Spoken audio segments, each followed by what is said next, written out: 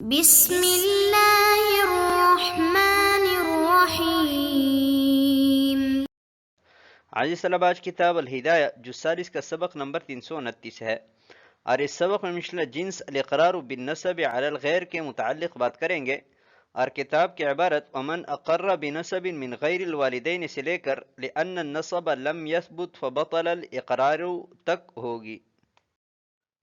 آتے ہیں اصول کی طرف۔ تو اصل نمبر 1، الاقرار بالنسب علی النفس صحیح معتبر فی الصحة والمرض لأنه من الحوائج الأصلیة بشروط۔ اپنے آپ پر نسب کا اقرار کرنا صحت اور مرض دونوں صورتوں میں درست ہے، اس لیے کہ حوائج اصلیہ میں سے ہیں، لیکن اس کے لیے چند شروط ہے۔ شرط نمبر 1، ان یولد مثلہ لمثلہ، کہ اس جیسا بچہ مقر کے لیے پیدا ہو سکتا ہو۔ مثلا اس کی عمر 20 سال ہے اور جس بچے کے نسب کا اس نے اقرار کیا اس کی عمر 19 سال ہے، تو یہ بچہ مقر کا بچہ نہیں ہو سکتا۔ نمبر 2، اللہ یکون المقر له معروف النسب، کہ مقر له معروف النسب نہ ہو۔ نمبر 3، ان یصدقہ المقر له، کہ مقر له مقر کی تصدیق کریں۔ نمبر 4، اللہ یکون فی الاقرار تحمیل النسب علی الغیر، کہ غیر پر نسب کو محمول کرنا نہ ہو۔ تو اگر یہ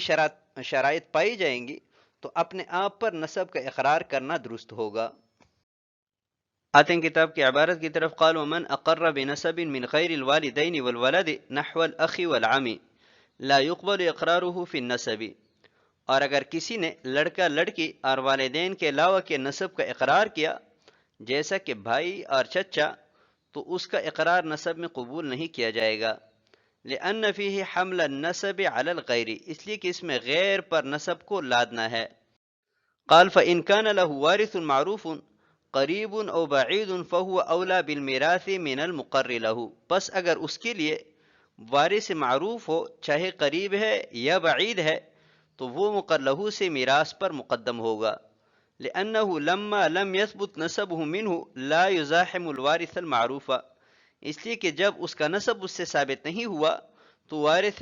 معروف کے لیے مزاحم نہیں بنے گا۔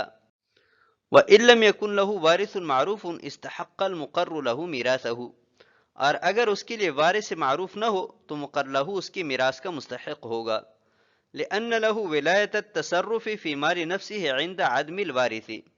اس لیے کہ وارث نہ ہونے کی صورت میں اسے اپنے مال میں تصرف کی ولایت حاصل ہے۔ الا یرى ان له ان یوصی بجمیع ماله عند عدم الوارث، کیا نہیں دیکھتے کہ وارث کے نہ ہونے کی صورت میں اسے اپنے کل مال پر وصیت کا حق حاصل ہے۔ فَيَسْتَحِقُّ جَمِيعَ الْمَالِ وَإِن لَّمْ يَثْبُتْ نَسَبُهُ مِنْهُ، پس مقر له کل مال کا مستحق ہوگا اگرچہ اس سے اس کا نسب ثابت نہ ہو۔ لما فيه من حمل النسب على الغیر، اس لیے کہ اس میں غیر پر نسب کو لادنا ہے۔ وَلَيْسَتْ هَذِهِ وَصِيَّةً حَقِيقَةً، اور یہ حقیقت میں وصیت نہیں ہے۔ حتى إن من أقر في مرضه بأخ ثم أوصى لآخر بجميع ماله كان للموصى له ثلث جميع المال خاصة والباقي للأخ، یہاں تک کہ اگر مرض موت میں کسی کے بائی ہونے کا اقرار کیا اور پھر دوسرے کے لیے کل مال کی وصیت کی،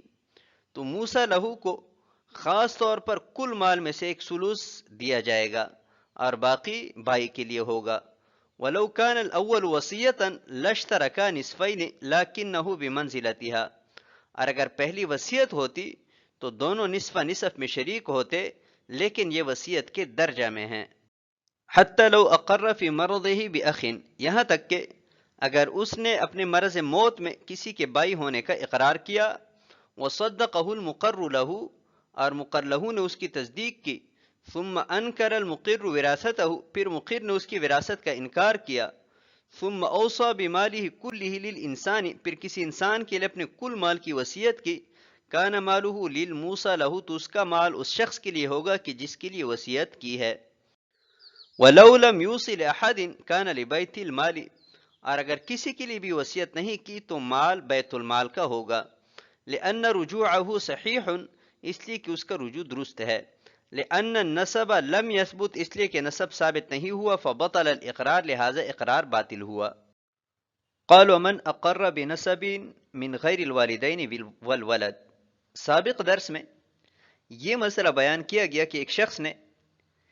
کسی کے بارے میں باپ، ماں، بیٹا، زوج، زوجہ ہونے کا اقرار کیا تو یہ اقرار درست ہے، کیونکہ اس میں کسی غیر پر الزام نہیں ہے۔ یہاں سے یہ مسئلہ بیان کر رہے ہیں کہ ماں باپ یا بیٹا ہونے کے علاوہ کسی اور رشتہ دار کا اقرار کیا، مثلا یہ کہا کہ فلاں میرا بھائی ہے یا فلاں میرا چچا ہے، تو نسب میں اس کا یہ اقرار قبول نہیں کیا جائے گا، اس لیے کہ اس میں غیر پر تحمیل نسب ہے۔ بئی طور کہ اگر اس نے بھائی ہونے کا اقرار کیا ہے تو اس میں باپ پر تحمیل نسب ہے، باپ پر نسب کو لاد رہا ہے، اور چچا ہونے کی صورت میں اپنے دادا پر تحمیل نسب کر رہا ہے، یعنی اس پر نسب کو لاد رہا ہے۔ قال فإن كان له وارث معروف، اس کے بعد دیکھا جائے گا کہ مقر کا کوئی وارث معروف ہے کہ نہیں ہے۔ اگر کوئی وارث معروف موجود ہے، چاہے وہ قریب ہے چاہے بعید ہے، تو وہ مقر لہو سے میراث کا زیادہ مستحق ہوگا۔ لأنه لما لم يثبت نسبه من، اس لیے کہ جب مقر لہو کا نسب مقر سے ثابت نہیں ہوا تو وہ وارث معروف کا مزاحم نہیں بنا، لہذا عدم مزاحم کی وجہ سے وارث معروف کو میراث ملے گا اور مقر لہو کو نہیں ملے گا۔ وَإِن لَّمْ يَكُن لَّهُ وَارِثٌ مَعْرُوفٌ، اور اگر کوئی وارث معروف نہیں ہے تو اس صورت میں میراث کا مستحق مقر لہو ہوگا۔ لأن له ولایت التصرف فی مال نفسی عند عدم الوارث، اس لیے کہ ضابطہ یہ ہے کہ جب کوئی وارث نہ ہو تو مورث کو اپنے مال میں تصرف کی ولایت ہوتی ہے، وہ جس طرح تصرف کرنا چاہے کر سکتا ہے۔ الا یرى ان له ان یوصی بجمیع ماله، یہاں سے صاحب ہدایہ فرما رہے ہیں کہ مقر کو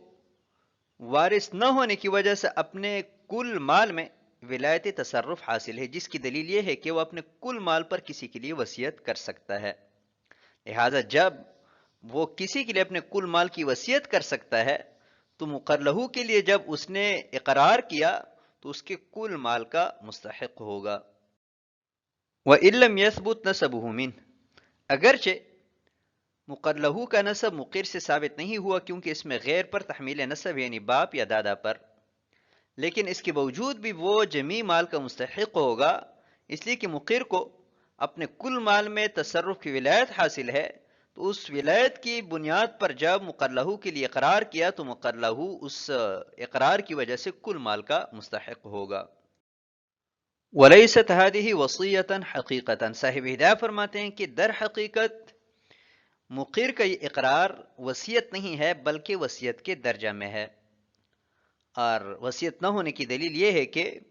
اگر مقر نے اپنے مرض موت میں کسی کے بھائی ہونے کا اقرار کیا کہ فلاں شخص میرا بھائی ہے،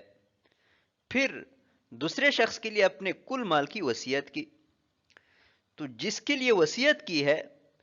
تو خاص طور پر کل مال میں سے اس کو 1/3 دیا جائے گا، اور باقی ماندہ مال یعنی 2/3 وہ